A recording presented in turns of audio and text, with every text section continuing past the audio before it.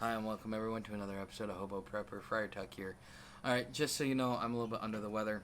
I don't know what I have. I don't know if it's heat related or if I got something else. But I'm just letting you guys know I'm not feeling so well. So please bear with me. And with that being said, there's two topics that I want to talk about today. The first topic is uh, is climate migration. Where are places that you can move to in the United States that will allow you to continue prepping. Let's say you want to kind of get ahead of the game and move to the area before this mass migration hits. That way you get yourself established. I mean, a smart man is going to do something like that.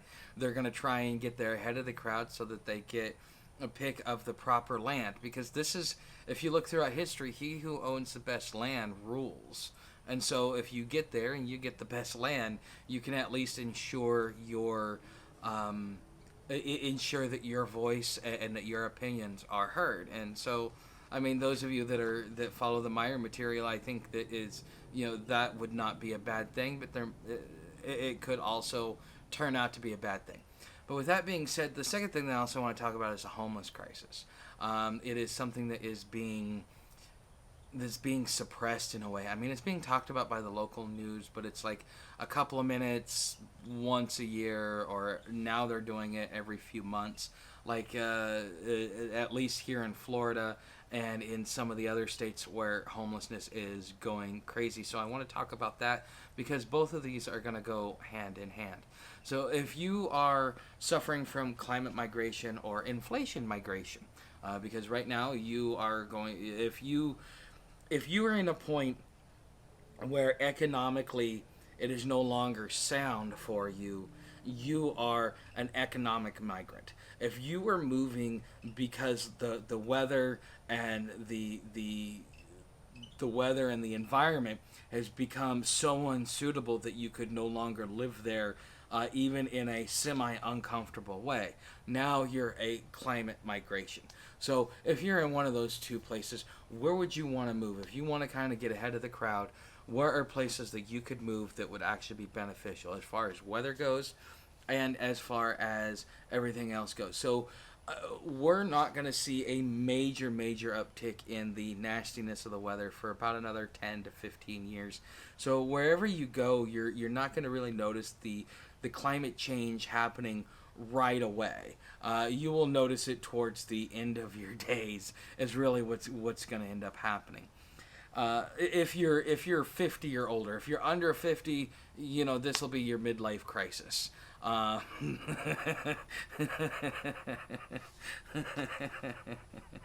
Sorry, I thought that was funny. But regardless, you're gonna want to figure out some places. So places that I've considered, that I've intended on talking about, and that I've done my own research. Now, there's a few people here on YouTube. There's a guy that has he talks about city planning and how climate change is going to affect the future of cities. And one of the things that he talks about is how the Rust Belt is going to end up being the place to be in the future when climate change really kicks in. And a lot of the reason why is because you don't have to worry about fossil fuels. You are in a temperate climate. You have walkable cities. You have some of the most fertile and lush land. You have you have what, two or three rivers that run through Ohio alone, and then you've got the Great Lakes there as well. So you've got a water source. I mean, being in that area, that is the ideal place to be, because you're going to have walkable cities. You're going to have things that are going to be close. Your work's going to be close. And if you are somebody who's like working from home and doesn't get to go out very much, being in a walkable city might be better for you, because then you can get out and you can walk around, because it may be too hot or too cold. Because the thing about climate change, everybody says, oh, well, it's global warming, so everything's getting warmer. Yes, the summers are getting warmer, but the winters are also getting colder. So for example, if you look behind me, we've had quite a bit of rain over the last few days. That has dropped the temperature down to like mid-September levels. It right now is about 77 degrees at the end of August. and the sun is just barely going down. And we have been getting inundated with rain, and we got rain for the next week or more, coming every day, and that is going to cause, going into the winter months, for it to be a few degrees cooler, so that now that it is much cooler, um, for the winter. And then, like here in Florida, we got orange crops, and that's going to become an issue. So these are things that you really need to worry about. Another area that I think is really good outside of the Rust Belt would be to go into the upper Midwest, like Colorado, Montana, Wyoming, North Dakota, Wisconsin, stuff like that. Stay out of Minnesota. But going up into those areas, I think, would be really good, because if that's the only really open place here in America. In the West is you got to go up to Colorado and go northwest, until you get to Seattle, and then it runs out. But going into Montana, there's really not a lot of stuff there. Now, over the last few years, they have done a lot of oil excavation there, oil drilling, and so Montana is actually one of the top states for oil production in the United States, and they have been for a while, because this is where they learned their new fracking technology, was by going up into the mountains of Montana and figuring out how to frack, and then they brought it down here to the lower to the lower part of the country, and now you see what you've got going on in Austin with earthquakes happening because of all of the horizontal drilling they did for the Barnett Shale. So with all that being said, that would be spot number 2. Now, there was something that I watched earlier today about the jet stream. I think the jet stream is something interesting, and you should probably look about it. Now, these videos, I'm going to go look them up in my history, and I will put them down in the description so that you can see it and understand it from my point of view, or at least see what I've seen and come up with your own conclusion. But they're saying that the golden zone for people will be in the middle of Maine, as far as here in the United States, as far as keeping the temperature low, as far as not having to deal with the torrential rainfall and all that other stuff. Now, there are other things to consider. You realize that there are certain parts. There are mountain ranges like the Appalachians, or the Ozarks, and those mountain ranges will stop water as it comes in from the coast. So you're going to want to be on the inside of those mountain ranges when it comes, because at least you have those barriers. And according to Meyer, I think he said 5 feet 6 inches by the year 2100 is how much the water level will rise, and that will actually be all the way up till Atlanta. So all of Florida will be underwater. Atlanta, part of the Gulf Coast, even Texas, and you're also going to be looking at like the Mississippi River. That's going to overflow, and then that's going to divide up everything even more. So these are other things that you need to consider, and it doesn't matter where you go, anywhere in the world. This is what's going to happen. The water levels are going to rise, and you kind of got to figure out, like, where can I go where the climate's going to be the best, and the water levels are not going to be as effectual as they would be if I stayed, like, let's say, along the coastline, or something along those lines. But here in, like say, the next 50 years, we might lose Florida and part of Georgia and, like a third of the United States just to everything going underwater, if what we're being told is correct.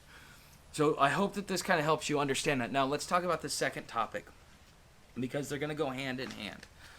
The second topic is homelessness, and homelessness is becoming a crisis. And the thing, what's really making this worse than it needs to be, is that during the shutdown, everybody moved around and relocated because they could be remote and work from home. So what it did is it took areas that were, seeing normal growth, and all of a sudden it just exploded. And now you're seeing 40 and 50% rent increases. And because everybody's just going everywhere and houses just went through the roof, it's like everybody's like, well, I want more money. And you could blame it on the landlord, because here's the thing: if you're making $12 an hour, that means you're making about $1,800 a month take home. Okay, if you're making $12 an hour, Now your rent, your wages don't go up, but your rent goes from 500 to 525 to 575 to 700, and yet your wages are not going up, but your rent's going up. And so this is really what's happening. And people could, you could blame the landlord and say the landlord's getting greedy, but the landlord is being given the benefit, is being told that this is the way to do things, and so they're following the status quo because they're trying to play the game the right way, which is as the Federal Reserve prints more money, everything gets inflated, everything rises. So the cost of everything rises, but the wages don't. And when you have enough of that happening over a long period of time, this is really a matter of, are you familiar with the Second Bill of Rights? If you're not, here, let me give you a brief explanation. Because with Obamacare, that was the last installation of FDR's Second Bill of Rights, which he believed that not only did you deserve the rights that were given to you under the Bill of Rights, but you also were guaranteed a second Bill of Rights, which was for the modern society. Because as we start having centralized cities, we need to change the way that we structure our society. And so this was something that FDR tried to do with his New Deal, which was an implementation of the Second Bill of Rights, which is you are entitled to food, water, shelter, unemployment insurance, health care.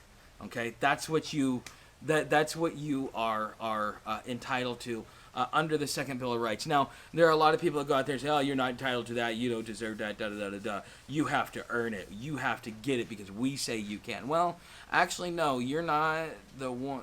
Here's the thing, and this is something that humans fail to realize. All this stuff that you're profiting off, who made it? Did you make it or did they make it? Not in did they make it. Who made it? The land that you're tilling up? Who made that land? What made that land? Those seeds, the food that you eat, what made that? You didn't make that. You participated in the process. You are benefiting off of it, but then you think you have the right to deny something that is abundant, that is being given to us by our Creator. This makes absolutely no sense. And so this is what's happening in our housing area.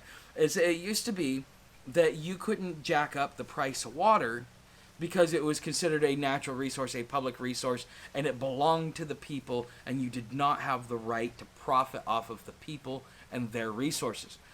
A good thing by FDR, you can whine and complain about him all you want, but there are still good things that he did. And the same thing, you need to do that with housing. Housing should not be something that somebody can profit on. Your basic standards, because if you expect us to live in a centralized society where we live in these urban jungles, then there has to be certain concessions within society in order to make it work. Just like if you want to be a doctor, you got to study extra hard. If you want to be a lawyer, you got to go take the LSAT. Okay? It doesn't, just because things change or things are changing doesn't mean you get to walk away and say, oh, well, yeah, that doesn't apply to me.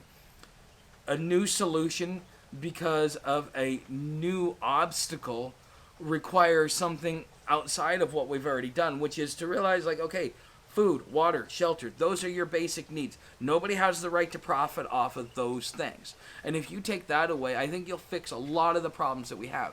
But the thing is we are ran by greed.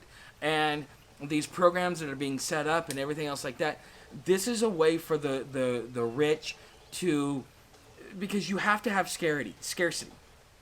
The reason why you have to have scarcity is because if you want your house to go from 300,000 to 350,000, that means that there's got to be not enough homes to create a demand for homes, because that guy's sleeping out on the street, he's got no home. And because he's sleeping out on the street, you get an extra $50,000 in value in your home because of scarcity. And this is what's used to glean profit and to take things that are basic human rights and to profit off them.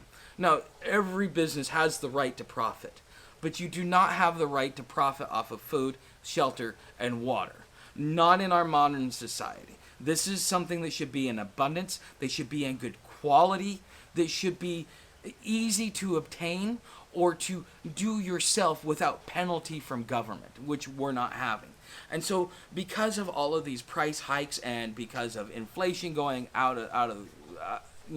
going down, you have to make a minimum of $60,000 a year in order to afford the average apartment here in America. Now, the average income is about $30,000 a year. Okay? There are more people making $30,000 a year than there are making $60,000 a year. So only the people making $60,000 a year can afford the right to survive. Those that are below that amount, they don't deserve even an REI bag. See, I actually saw some guy, I can't believe he actually said this. I saw a homeless guy, and he was sleeping in an REI bag. Man, he don't deserve that. It's like, are you a disgusting human being to think that because somebody does not meet your standard or your requirements in life, that you get the right to look down on them like that? And this is what's going to happen, is because all these assholes that were sitting there and spitting on guys like me when we were down in the shitter, you're going to be out there now, and I'm going to be laughing at you. And when all of you guys are crying, they're so mean. Yeah, you are mean, aren't you? That was you one day. And until you acknowledge that and accept that, well, then, you know what? You deserve what you get, and I hope it keeps happening until you finally get it through your thick head. That, you know what? People are going to do this to you, and then one day they're going to have it happen to them, and they're going to sit there and go, why me? And then they can sit there and go, well, I guess I did it to other people. I guess I deserve it myself. And this is something that I think that, anyways, this is just a personal rant. All right, guys, I hope this helped. I hope that you guys learned something here. You need to keep an eye on the homeless crisis. It is something that is really not being underreported. And I think the Great Dispossession's been going on for about 5 to 7 months now. So, and the thing is it's not being reported on. And this is something that, as an individual, I would be worried about. So anyways, thanks for watching, and I will see you in the next episode.